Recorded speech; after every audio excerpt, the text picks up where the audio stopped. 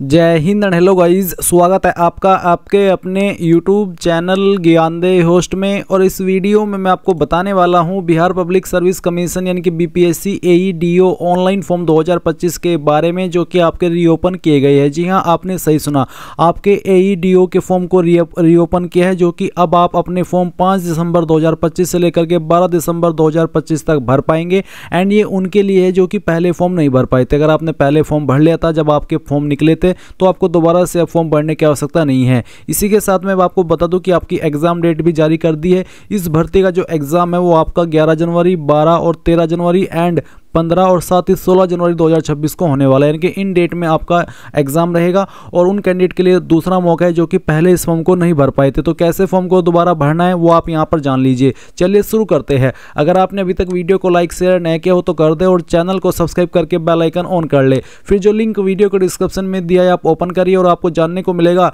कि ये भर्ती 935 पोस्ट पर निकाली थी और पहले आपने इसके फॉर्म को 26 सितंबर 2025 तक भरा था। इसमें सभी कैटेगरी कैंडिडेट के लिए 100 रुपये एप्लीकेशन फीस है। एज लिमिट आपकी 21 से 40 साल के बीच रखी गई है। अप्लाई करने के लिए आपसे ग्रेजुएट की योग्यता मांगी है। एंड सिलेक्शन आपका इन मोड में किया जाएगा जो यहाँ पर मेंशन किए गए हैं। तो अब आपको यहाँ पर पूरा पता चल गया होगा कि आप इसमें अप्लाई करने के लिए एलिजिबल है या फिर नहीं है। तो अगर आप एलिजिबल है और पहले आप इस फॉर्म को नहीं भर पाए थे तो गाइज इस दूसरे मौके का फायदा उठाइए और अपना फॉर्म भर लीजिए। आप क्या करेंगे, आप यहाँ पर इंपॉर्टेंट लिंक के सेक्शन में आएंगे और अप्लाई ऑनलाइन लिंक ओपन करेंगे। अब आपके सामने ये ऑफिशियल वेबसाइट आ जाएगी जहाँ से आपको अप्लाई करना है। यहाँ पर आ जाने के बाद में गाइज सबसे पहले इसमें आप रजिस्टर होंगे, यानी कि आपको वन टाइम रजिस्ट्रेशन, जिसके ये फायदा होगा कि आप फ्यूचर में जो भी बीपीएससी की इस वेबसाइट का इस्तेमाल करके फॉर्म भरेंगे उसमें आपको दोबारा से नया रजिस्ट्रेशन करने की आवश्यकता नहीं पड़ेगी। आप इसी लॉगिन इन्फॉर्मेशन का इस्तेमाल करके कोई भी फॉर्म भर सकते हैं। अगर आपने पहले से इसके ऊपर रजिस्ट्रेशन करके रखा है तो फिर आपको रजिस्ट्रेशन करने की आवश्यकता नहीं है। आप डायरेक्टली आपका रजिस्टर्ड ईमेल या फिर मोबाइल नंबर या फिर यूजर नेम यहाँ पर डालेंगे। उस वक्त आपने जो पासवर्ड बनाया था वो यहाँ पर डालेंगे और लॉगिन कर लेंगे। पर गाइज क्योंकि आप फ्रेशर है, आपने इस वेबसाइट का इस्तेमाल करके अभी तक कोई फॉर्म नहीं भरा, तो पहले आपको इसमें रजिस्ट्रेशन यानी कि वन टाइम रजिस्ट्रेशन करना होगा। तो आप यहाँ पर न्यू रजिस्ट्रेशन इसके ऊपर क्लिक करेंगे। इसके ऊपर क्लिक करने के बाद आपके सामने इस तरह से इंस्ट्रक्शंस आएंगे। ये सभी आपको चेक करते हुए यहाँ पर इसको क्लोज कर देना है।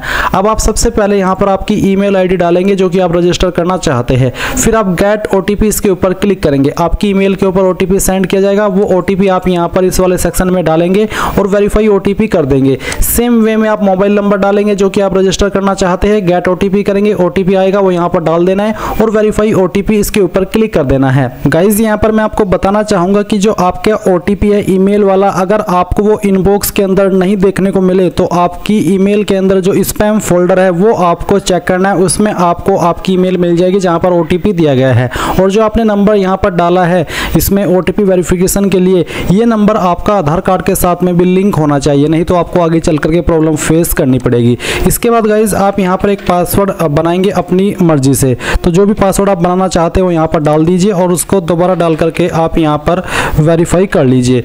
ये करने के बाद आप यहाँ पर नीचे की तरफ अपनी अन्य इन्फॉर्मेशन भरेंगे, जैसे कि कैंडिडेट नेम। तो जो भी आपका नाम है 10th के सर्टिफिकेट के अकॉर्डिंग वो आप यहाँ पर भर दीजिए। इस नाम को दोबारा डाल करके आपको यहाँ पर वेरीफाई कर देना है। फिर आप यहाँ पर फादर नेम एंटर करेंगे। फादर नेम भी आपको 10th के सर्टिफिकेट के अकॉर्डिंग ही भरना होगा। इस नाम को भी दोबारा डाल करके आप यहाँ पर वेरीफाई कर देंगे और सभी की सभी जानकारी इंग्लिश के कैपिटल लेटर में आपको फिल करनी है। इसके बाद यहाँ पर आपको माताजी का नाम देना है। माताजी का जो नाम है आपकी वो भी आपको इंग्लिश के कैपिटल लेटर में 10वीं के सर्टिफिकेट के अकॉर्डिंग भरना है। फिर जो आपकी डेट ऑफ बर्थ है वो भी आपको यहाँ पर 10th के सर्टिफिकेट के अकॉर्डिंग ही भरनी होगी। पहले आप यहाँ से जो भी आपका ईयर है बर्थ का वो सिलेक्ट कीजिए, जैसे कि मैं आपको यहाँ पर सिलेक्ट करके दिखाने वाला हूँ। फिर यहाँ से आपका मंथ और उसके बाद में डे, तो आपका डेट ऑफ बर्थ आ जाएगा। अगेन आपको यहाँ पर आपकी डेट ऑफ बर्थ सिलेक्ट करनी होगी और इसको वेरीफाई करना होगा। पहले ईयर, फिर यहाँ से आपका मंथ और उसके बाद में डे, तो आपका डेट ऑफ बर्थ आ जाएगा। फिर नीचे की तरफ आप देखेंगे जेंडर, आपको आपका जेंडर सिलेक्ट करना है। इसको दोबारा सिलेक्ट करके वेरीफाई करना है। आईडी टाइप में आपको कोई एक आईडी सिलेक्ट कर लेनी है, जैसे कि आधार कार्ड, पैन कार्ड या फिर ड्राइविंग लाइसेंस। जो भी आप देना चाहते हो वो आप सिलेक्ट कर ले। अगर आधार कार्ड सिलेक्ट किया है तो फिर आधार का नंबर डालिए। उस आधार नंबर को दोबारा डाल करके यहाँ पर वेरीफाई कर दीजिए। उसके बाद आपसे पूछा है which year did you complete your 10th matric, कौन से साल के अंदर आपने आपकी 10वीं कंप्लीट की है, वो साल आपको यहाँ पर सिलेक्ट करना होगा। फिर what is this short name of 10th board, यानी कि आपका 10th का बोर्ड का नाम क्या है, IG, CSC, ICSE, CBSE, BSEB, IB state board. अगर आपका कोई अन्य स्टेट बोर्ड है तो आप वो सिलेक्ट कर लीजिएगा। उसके बाद यहाँ पर है what is your seat roll number of 10th matric, यानी कि 10वीं का जो रोल नंबर है वो क्या था, वो आपको यहाँ पर एंटर करना होगा। स्टेट बोर्ड वो कैंडिडेट सेलेक्ट करेंगे जिन्होंने यूपी बोर्ड से, MP बोर्ड से या फिर किसी स्टेट के अन्य बोर्ड से अपनी 10वीं कंप्लीट की है। अगर आप बिहार बोर्ड से किए हो तो आप यहाँ पर BSEB सेलेक्ट कर सकते हैं। इसके बाद आता है which year did you complete your 12th, किस साल के अंदर आपने 12वीं कंप्लीट की थी, वो सेलेक्ट कर लेंगे। What is your blood group, guys यहाँ पर ब्लड ग्रुप आप सभी से पूछे और ये ऑप्शन का आंसर करना भी अनिवार्य है। अगर आपको आपका ब्लड ग्रुप नहीं पता तो ऐसे में क्या करेंगे, या तो आप अपना ब्लड टेस्ट करा लीजिए, या फिर अगर आप अभी नहीं देना चाहते, आपको नहीं पता, तो आप यहाँ पर NA यानी कि नॉट अवेलेबल ये लिख दीजिएगा। पर अगर आपको यहाँ पर पता है कि आपका ब्लड ग्रुप क्या है तो आप यहाँ पर ब्लड ग्रुप लिख सकते हैं। उसके बाद what is your favourite sports person, आपका फेवरेट स्पोर्ट्स पर्सन कौन है वो आपको यहाँ पर एंटर कर देना है आपकी चॉइस के अकॉर्डिंग, तो जो भी है वो आप यहाँ पर लिख दीजिएगा। उसके बाद आप यहाँ पर जो कैप्चा है आपके सामने वो डालेंगे और रजिस्टर के ऊपर क्लिक करेंगे। अब यहाँ पर आपके सामने है कि are you sure you want to redirect to DigiLocker, तो आप यहाँ पर क्या डिजिलॉकर के लिए रिडायरेक्ट होना चाहते हैं, तो आप यहाँ पर यस करिए। यस करने के बाद में आपको डिजिलॉकर के ऊपर साइन किया जाएगा। अभी आप यहाँ पर डिजिलॉकर के ऊपर साइन इन करेंगे, तो किस माध्यम से साइन इन होना चाहते हैं वो आप देख लीजिए। रजिस्टर मोबाइल नंबर और पिन, या फिर यूजर नेम, या उसके अलावा पिन, या फिर अदर का ऑप्शन भी है जिसमें कि आप यहाँ पर कोई एक ID सेलेक्ट कर लेंगे, फिर उसका नंबर और फिर आपका पिन, और फिर यहाँ पर टिक करके साइन इन हो जाएंगे। पर गाइज अगर आपने इस डिजिलॉकर की जो वेबसाइट है इसके ऊपर अकाउंट बना करके नहीं रखा, आप फ्रेशर है, तो आप यहाँ पर साइन अप करेंगे। साइन अप करने के लिए आप यहाँ पर साइन अप के ऊपर क्लिक करके इस वाले इंटरफेस पर आएंगे। यहाँ पर आपको आपका मोबाइल नंबर डालना है जो कि आप रजिस्टर करना चाहते हैं, जनरेट OTP करना है, OTP वेरिफिकेशन होगा। उसके बाद में फुल नेम डालेंगे, आपका डेट ऑफ बर्थ सेलेक्ट कर लेंगे, जेंडर सेलेक्ट करेंगे, अपना यूजर नेम बनाएंगे अपनी मर्जी से, फिर एक पिन बनाएंगे और उस पिन को दोबारा डाल करके वेरीफाई कर देंगे। And then I consent to terms to use, इसके ऊपर टिक करके वेरीफाई कर देंगे। इसके बाद गाइज आपका डिजिलॉकर अकाउंट बन जाएगा और फिर वो जैसे ही बन जाए आप उसका इस्तेमाल करके यहाँ पर इसमें साइन इन हो जाइएगा। इसके बाद गाइज जो नंबर आपका डिजिलॉकर अकाउंट पर आपने रजिस्टर किया है उसके ऊपर एक OTP जाएगा, वो आप यहाँ पर डालिए और साइन इन इसके ऊपर क्लिक कीजिए। इसके ऊपर क्लिक करने के बाद में यहाँ पर प्रोसीड विद KYC, आपको आपका आधार नंबर डालना है और वेरीफाई इसके ऊपर क्लिक करना है। जैसे ही आपका यहाँ पर KYC हो जाए तो आप यहाँ पर रिटर्न टू BPSC ऑनलाइन इसके ऊपर क्लिक करेंगे और यहाँ से आप यस कर देंगे। यस करने के बाद में आपको यहाँ पर इसी वेबसाइट के ऊपर सेंड किया जाएगा। और अगर आप यहाँ पर डायरेक्टली मेन डैशबोर्ड पर नहीं पहुँच पाते तो आपको यहाँ पर इसमें लॉगिन वाले सेक्शन का इस्तेमाल करके लॉगिन हो जाना है, यानी कि आपको आपका रजिस्टर ईमेल या नंबर इस्तेमाल करना है, आपने जो पासवर्ड बनाया था वो डालना है और लॉगिन के ऊपर क्लिक करना है। इसके बाद यहाँ पर लॉगिन करने के लिए आप ये कैप्चा कोड डालेंगे और प्रोसीड के ऊपर क्लिक कर देंगे। इसके बाद गाइज यहाँ पर अगेन आपको बोला जा रहा है कि क्या आप डिजिलॉकर के लिए रिडायरेक्ट होना चाहते हैं, अगर हाँ तो यस, नहीं तो आप नो करेंगे। नो करने के बाद में आपके सामने यहाँ पर आपका डैशबोर्ड आ जाएगा, क्योंकि गाइज हम जो डिजिलॉकर का प्रोसेस है वो पहले ही कंप्लीट कर चुके हैं। तो अब आपके सामने यहाँ पर होम का इंटरफेस आएगा जैसे कि आप वीडियो में देख सकते हैं। अभी आप यहाँ पर प्रोफाइल क्रिएशन इसके ऊपर क्लिक करेंगे। इसके ऊपर क्लिक करने के बाद यहाँ पर कुछ जानकारी आपकी भरी हुई है और कुछ जानकारी आपको भरनी है, जैसे कि आपका जो हिंदी नेम है वो आपको यहाँ पर 1.2 में डाल देना है, यानी कि आपको आपका नाम हिंदी के अंदर लिखना है। जैसे कि मैं आपको यहाँ पर लिख करके दिखा रहा हूँ। अगर ये इसमें सही से नहीं आ रहा है, जैसे कि आप यहाँ पर वीडियो में देख सकते हैं कि सजेशन सही से नहीं आ रहे हैं, तो आप यहाँ पर खुद से आपका नाम कहीं और पर लिख करके उसको यहाँ पर पेस्ट कर सकते हैं। इसके बाद में यहाँ पर आपके सामने मैरिटल स्टेटस, तो मैरिड, अदर या फिर अनमैरिड, जो भी स्टेटस है वो आप सिलेक्ट कर लेंगे। इसको दोबारा सिलेक्ट करके आप वेरीफाई कर देंगे। फिर आप यहाँ पर नीचे की तरफ आएंगे और देखेंगे इसमें बॉडी आइडेंटिफिकेशन मार्क, आपकी बॉडी के ऊपर वो निशान जिससे आपकी बॉडी की पहचान होती हो। ये निशान आपकी बॉडी के ऊपर कहीं पर भी हो सकता है, उस निशान के बारे में आप यहाँ पर लिख दीजिएगा। ये लिखने के बाद में पूछे कि have you ever changed your name, क्या आपने कभी आपका नाम बदला है, अगर हाँ तो यस, नहीं तो आप नो करेंगे। अगर बदला है तो यस करने के बाद में जो आपने नाम बदला है, यानी कि बदलने के बाद जो आपका नाम हुआ है वो आप यहाँ पर लिखेंगे। नहीं बदला है है तो आप नो कर दीजिए। फिर are you a citizen of India, तो आप इसमें यस कर देंगे कि हाँ मैं इंडिया का सिटीजन हूँ। फिर आपसे पूछा है कि क्या आप बिहार राज्य के स्थायी मूल निवासी है, अगर आप बिहार के मूल निवासी है तो आप यस करेंगे। और उसके बाद में आपसे पूछा है दोबारा से, इसको टिक करके आपको वेरीफाई कर देना है। फिर है रेसिडेंट सर्टिफिकेट नंबर, यानी कि जो आपका निवास प्रमाण पत्र है उसका जो सर्टिफिकेट नंबर है वो आपको डालना है, और किस डेट में सर्टिफिकेट बना है वो डेट आपको यहाँ पर सिलेक्ट कर लेनी है। आपको आपका सर्टिफिकेट चेक करना है, उसके ऊपर ये डेट लिखी होती है। उसके बाद कास्ट कैटेगरी डिटेल, क्या आप किसी आरक्षित कोटि से है, अगर हाँ तो यस, और यस करने के बाद में फिर बताएंगे कि आपकी इनमें से कौन सी आरक्षित कैटेगरी है, SC ST EBC BC जो भी है वो ये आपको सिलेक्ट करनी है। मैं डेमो के लिए जानकारी आपको भर करके दिखा रहा हूँ, उसको दोबारा सिलेक्ट करके वेरीफाई करना होगा। फिर आपकी जो कास्ट नेम है वो आपको यहाँ पर सिलेक्ट करनी होगी। उसके बाद में कास्ट सर्टिफिकेट नंबर देना होगा, कब आपका कास्ट सर्टिफिकेट जारी हुआ है वो डेट आपको यहाँ पर सिलेक्ट कर लेनी है। ये सब इन्फॉर्मेशन आपकी कास्ट सर्टिफिकेट की और किस डेट में जारी हुआ है उसकी सर्टिफिकेट के ऊपर आपको देखने को मिल जाएगी। कोई इशू आए उसमें तो आप कमेंट के माध्यम से पूछ लेना। फिर है सर्टिफिकेट इशूड बाय, किसके द्वारा इशू हुआ है, बिहार या अदर, तो यहाँ पर मैं बिहार सेलेक्ट कर लेता हूँ। फिर आता है कि विज्ञापन के अनुसार क्या आप स्वतंत्रता के सेनानी नाती नातिन पोता पोती है, अगर हाँ तो यस, नहीं तो आप नो करेंगे। फिर है क्या आपको दिव्यांगता के कारण लेखक स्क्राइब की आवश्यकता है, क्या आप दिव्यांग है, पहले तो दिव्यांग वाला आंसर करिए कि हाँ मैं दिव्यांग हूँ या फिर नहीं, और उसके बाद में आप यहाँ पर अगले वाला जो सवाल है इसका भी आंसर कर देंगे। फिर क्या आप एक मेधावी खिलाड़ी है, अगर है तो यस, नहीं तो आपको नो करना है। क्या आप एक भूतपूर्व सैनिक है, नौसेना वायुसेना या फिर सेनावृत्ति से, अगर हाँ तो यस, नहीं तो आप नो करेंगे। क्या आप एक NCC कैडेट है, अगर हाँ तो यस, नहीं तो आपको नो करना है। क्या आप बिहार सरकार के कर्मचारी है, अगर हाँ तो यस, नहीं तो आपको नो करना है। फिर आप यहाँ पर इस जानकारी को सेव कर देंगे। ये जानकारी सेव करने के बाद में आप यहाँ पर स्टेप 2 एड्रेस इन्फॉर्मेशन पर आ जाएंगे, जहाँ पर आपको आपका परमानेंट एड्रेस पहले भरना है। तो आपका जो भी परमानेंट एड्रेस है उसका पार्ट आप यहाँ पर एड्रेस लाइन 1, 2 और 3 यानी कि थोड़ा थोड़ा पार्ट तीनों लाइन के अंदर लिख देंगे।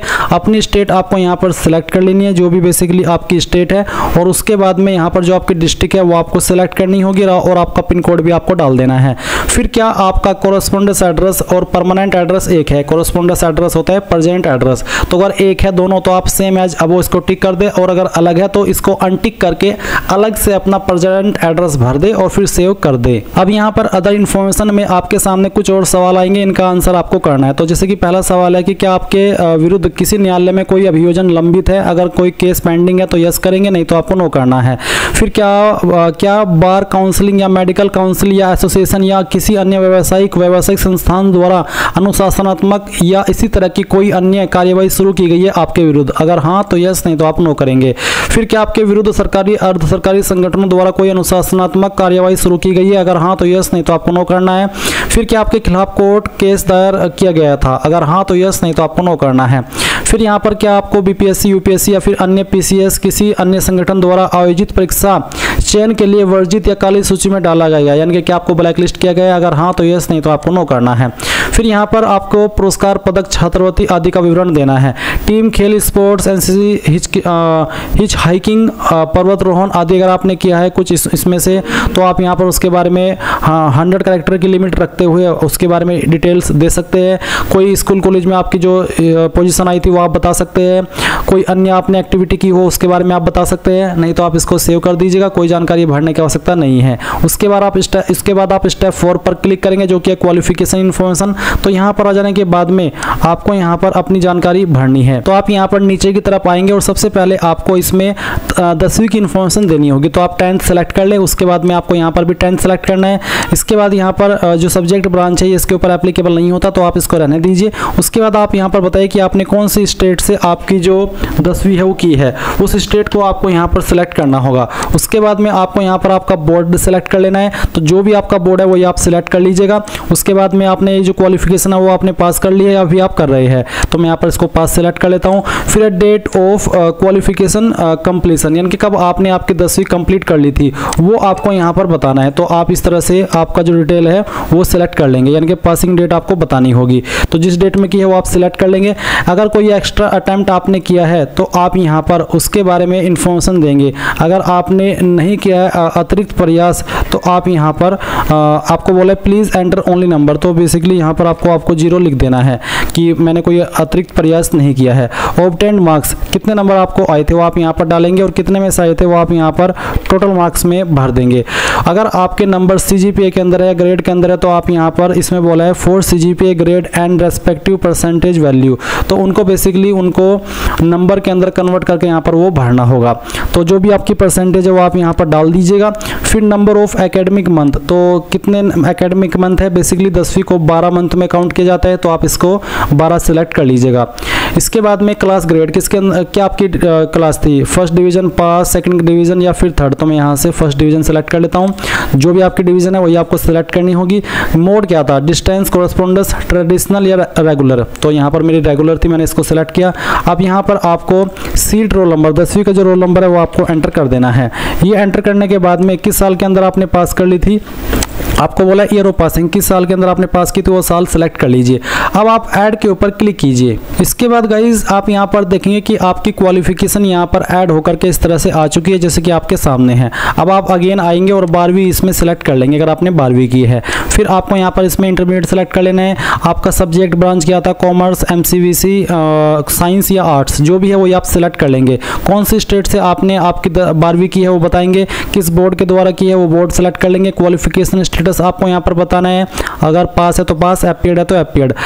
डेट ऑफ क्वालिफिकेशन कंप्लीशन, कब आपने क्वालिफिकेशन कंप्लीट कर ली थी वो आपको यहाँ पर बताना है। तो इस तरह से आप इसको सिलेक्ट कर लीजिए जैसे कि मैं आपको बता रहा हूँ। फिर आपको अगर आपने कोई एक्स्ट्रा अटेम्प्ट किया तो आप उसके बारे में लिखिए, नहीं तो आप यहाँ पर 0 लिख दीजिए। ऑब्टेन्ड मार्क्स, कितने नंबर आपको आए थे वो आप यहाँ पर भरेंगे और कितने में से आए थे वो आप यहाँ पर टोटल मार्क्स के अंदर डाल देंगे। परसेंटेज आपकी कितनी थी वो आपको यहाँ पर एंटर करनी होगी। इसके बाद में आप यहाँ पर देखेंगे कितने मंथ का ये था, तो इसमें इसको 24 मंथ में काउंट किया जाता है, तो आप यहाँ पर 24 मंथ सिलेक्ट कर लीजिएगा। उसके बाद में आपकी डिवीज़न क्या थी वो बताइए। मोड आपको सिलेक्ट कर लेना है रेगुलर, अगर आपने रेगुलर की है। कंपलसरी सब्जेक्ट्स यहाँ पर आपको बताने हैं, बेसिकली इसमें यही ऑप्शन है। तो अगेन जिस भी स्ट्रीम में आपने आपकी 12वीं की है वो आप सिलेक्ट कर लेंगे।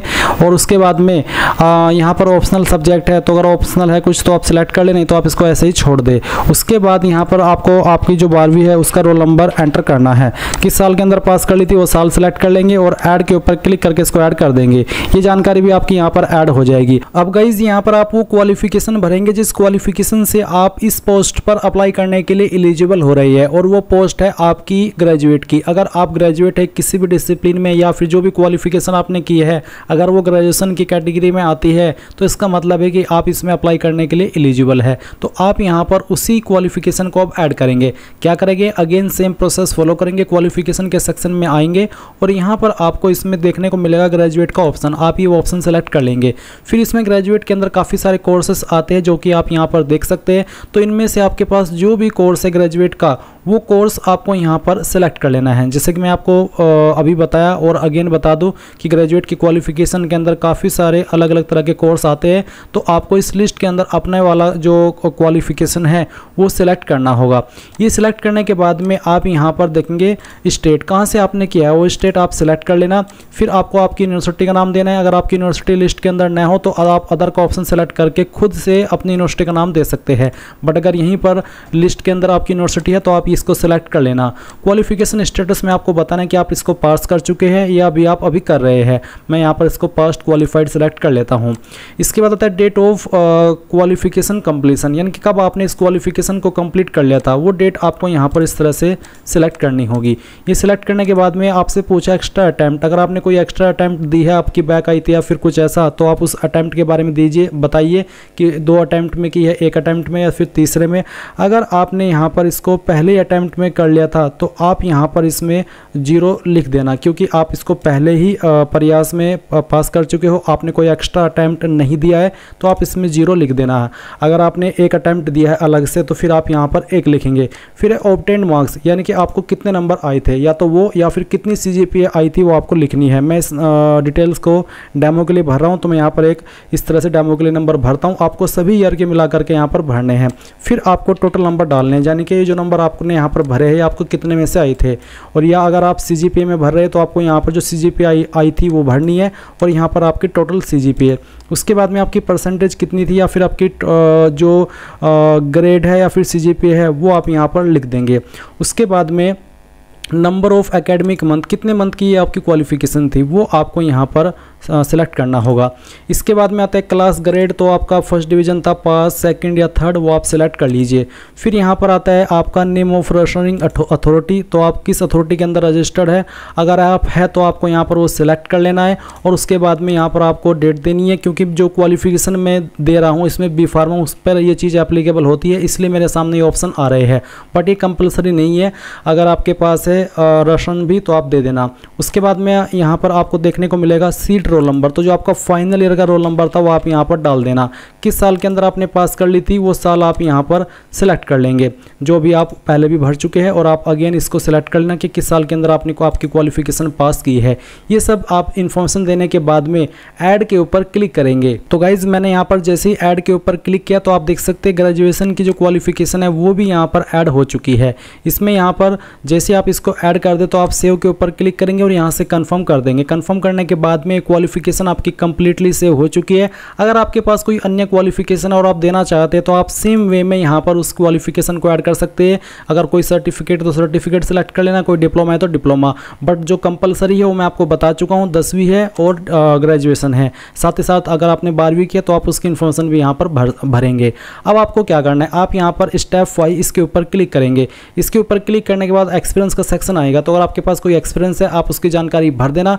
अगर आपके पास कोई एक्सपीरियंस नहीं है तो आप इसमें are you having any experience इसमें नो कर देना, और नो करने के बाद में आप यहाँ पर आएंगे स्टेप 6 के ऊपर और अपना जो फोटो है वो अपलोड करेंगे। तो आप यहाँ पर सबसे पहले आपका लाइव फोटो कैप्चर करेंगे। आपको इसमें फोटो अपलोड नहीं करना, बस आपका लाइव फोटो ही कैप्चर करना है। तो आप कैप्चर लाइव फोटो इसके ऊपर क्लिक कीजिए, तो यहाँ पर आपका जो कैमरा है वो ऑन हो जाएगा। आपको यहाँ पर आपका सही सा एक फोटो कैप्चर कर लेना है और सेट इमेज इसके ऊपर क्लिक करना है। अब आप यहाँ पर देखेंगे फोटो अपलोडेड सक्सेसफुली। अब आप इसको ओके कर दीजिए, और ओके करने के बाद में यहाँ पर आप आपका सिग्नेचर अपलोड करेंगे, इंग्लिश वाला सिग्नेचर और हिंदी वाला सिग्नेचर।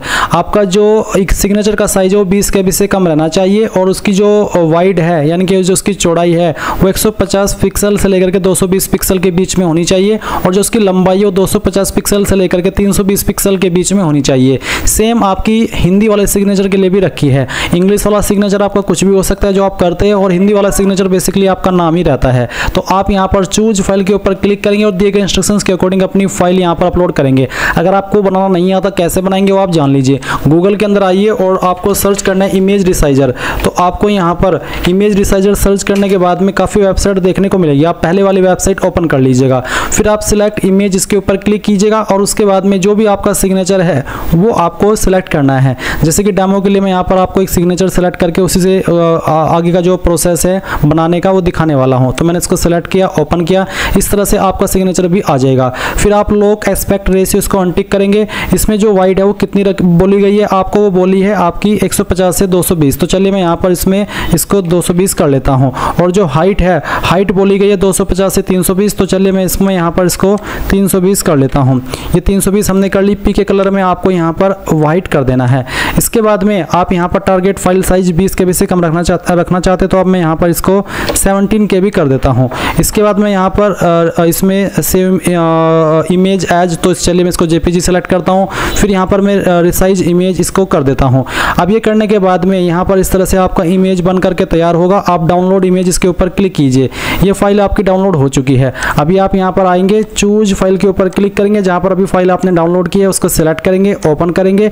आपकी फाइल यहाँ पर इस तरह से आ जाएगी जैसे कि आप वीडियो में देख सकते हैं। और उसके बाद आप सेम वे में आपका हिंदी का सिग्नेचर सेलेक्ट करेंगे, और फिर आप यहाँ पर सेव के ऊपर क्लिक करेंगे। सेव के ऊपर क्लिक करने के के बाद देखेंगे सिग्नेचर इमेज अपलोडेड सक्सेसफुली। अब आप यहाँ पर आई एग्री के ऊपर क्लिक करेंगे और उसके बाद में सबमिट एंड लॉक प्रोफाइल इसके ऊपर क्लिक करेंगे। अब गाइज आप न्यू एप्लीकेशन के सेक्शन पर क्लिक करेंगे और आपको यहाँ पर जो करंट में वैकेंसी एक्टिव है वो देखने को मिल जाएगी। आपको यहाँ पर जो अप्लाई करना है वो करना है असिस्टेंट एजुकेशन डेवलपमेंट ऑफिसर, जिसका एडवर्टाइजमेंट नंबर 87/2025 है और स्टार्टिंग डेट 27 अगस्त 2025 से लेकर के 26 सितंबर 2025 है। तो आप व्यू के ऊपर क्लिक करना, इसके ऊपर क्लिक करने के बाद चेक एडवर्टाइजमेंट क्राइटेरिया इसके ऊपर क्लिक करना। अब यहाँ पर गाइज आपने जो इन्फॉर्मेशन इसके अंदर भरी थी वो सभी आपके सामने आएगी और साथ ही साथ आप यहाँ पर देखेंगे कि आपको you can apply for this post based on the information you provided, यानी कि जो इन्फॉर्मेशन आपने प्रोवाइड की है उसके अकॉर्डिंग अगर आप अप्लाई करने के लिए एलिजिबल हुए तो यहाँ पर आपको इस तरह की लाइन देखने को मिल जाएगी। अब आप यहाँ पर देखेंगे क्वेश्चंस डिस्क्रिप्शन, जैसे कि पहला सवाल है कि enter previous attempt of appearing in competitive examination conducted by BPSC. अगर बीपीएससी के द्वारा कोई एग्जाम कंडक्ट हुआ था और उसमें आपने अप्लाई किया था और आपने अगर उसमें कोई अटेम्प्ट दिया, चाहे वो कोई सा भी एग्जाम हो जो बीपीएससी ने कंडक्ट किया हो, तो आप उसकी संख्या लिखेंगे कि आप कितनी बार अटेम्प्ट कर चुके हैं। बट अगर आप पहली बार ये फॉर्म भर रहे हैं तो आप यहाँ पर 0 लिख देना। उसके बाद में enter certificate number of matric certificate marksheet for DOB, यानी कि यहाँ पर या तो आपका जो 10वीं का सर्टिफिकेट है उसका नंबर देना है या फिर जो आपका मार्कशीट है और उसके ऊपर जो नंबर है वो आपको यहाँ पर एंटर करना है। इसी के साथ आप यहाँ पर देखेंगे enter issue date of matric certificate, यानी कि जो आपने अभी ऊपर सर्टिफिकेट नंबर भरा है 10वीं के सर्टिफिकेट का, वो कब इशू हुआ था उसकी डेट आपको यहाँ पर एंटर करनी होगी। आप यहाँ पर इस तरह से एंटर कर देना, जैसे कि मैं आपको यहाँ पर एंटर करके दिखा रहा हूँ। कुछ इसी तरह से आपको यहाँ पर एंटर करनी होगी। फिर आप देखेंगे enter certificate number of UG marksheet as per advertisement, यानी कि जो आपकी अंडर ग्रेजुएट कोर्स की मार्कशीट है उसका जो सर्टिफिकेट नंबर है वो आपको यहाँ पर देना होगा। फिर वो सर्टिफिकेट कब इशू हुआ था वो आप यहाँ पर डालेंगे। बेसिकली यहाँ पर 4 और 5 पॉइंट में आपसे मार्कशीट का सर्टिफिकेट नंबर मांगा है, ना कि डायरेक्टली सर्टिफिकेट का। तो पहले आप मार्कशीट का सर्टिफिकेट नंबर भरेंगे और वो मार्कशीट आपकी कब इशू हुई थी फाइनल ईयर वाली, उसकी इशू डेट आप यहाँ पर भरेंगे। इसी के साथ में आप देखेंगे enter certificate number of UG passing certificate.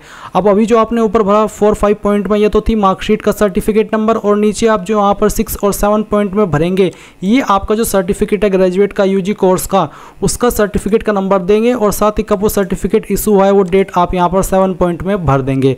फिर है यहाँ पर enter certificate number of certificate in case of scribe taken, यानी कि अगर आप विकलांग है, अगर आप स्क्राइब ले रहे हैं तो उसके संबंध में उसको ये जानकारी भरनी होगी। जो नॉर्मल कैंडिडेट है उनको ये सब भरने की आवश्यकता नहीं है, आप बाकी के ऑप्शन इग्नोर कर सकते हैं। अब आप नीचे की तरफ आएंगे और अप्लाई के ऊपर क्लिक करेंगे। अप्लाई के ऊपर क्लिक करने के बाद यहाँ पर आपको नीचे देखने को मिलेगा अपलोड सिलेक्ट अपलोडेड डॉक्यूमेंट। अगर आपको यहाँ पर अपलोड करने को बोला जा रहा है तो आप अपलोड कर सकते हैं, क्योंकि मैंने इनको पहले से अपलोड करके रखा है तो मेरे पास यहाँ पर इनको व्यू करने का भी विकल्प है, और अगर मैं इनको री अपलोड करना चाहूँ तो वो भी कर सकता हूँ, जिसमें कि आप मैट्रिक सर्टिफिकेट अपलोड करेंगे। अगर आप पहले से OTR करके उसमें सब जानकारी अपलोड कर चुके हैं तो फिर आप इसको अगर री अपलोड करना चाहे तो वो भी कर सकते हैं। साथ ही प्रूफ ऑफ कैटेगरी, अगर आप SC ST OBC है तो आप कैटेगरी सर्टिफिकेट यहाँ पर अपलोड कर देंगे, और साथ ही जो आपका निवास प्रमाण पत्र अगर वो अपलोड करने का ऑप्शन आपके सामने इसी तरह से आ रहा है तो आप वो भी अपलोड कर देंगे। तो इस तरह से आपको इनको अपलोड कर देना है। जैसे कि मैंने कहा कि मेरे पहले से अपलोड है, मैं इनको यहाँ पर दोबारा अपलोड नहीं करूँगा। अब आप यहाँ पर कैप्चर लाइव फोटो इसके ऊपर क्लिक करेंगे। जैसे ही आपका लाइव फोटो कैप्चर हो जाए तो आप नीचे की तरफ आकर के यहाँ पर एंटर करंट लोकेशन में उस जगह का नाम देंगे जहाँ से आप इस फॉर्म को भर रहे हैं। जिस भी सिटी से भर रहे हैं उस सिटी का नाम आपको यहाँ पर भर देना है, अपना नाम नहीं भरना है।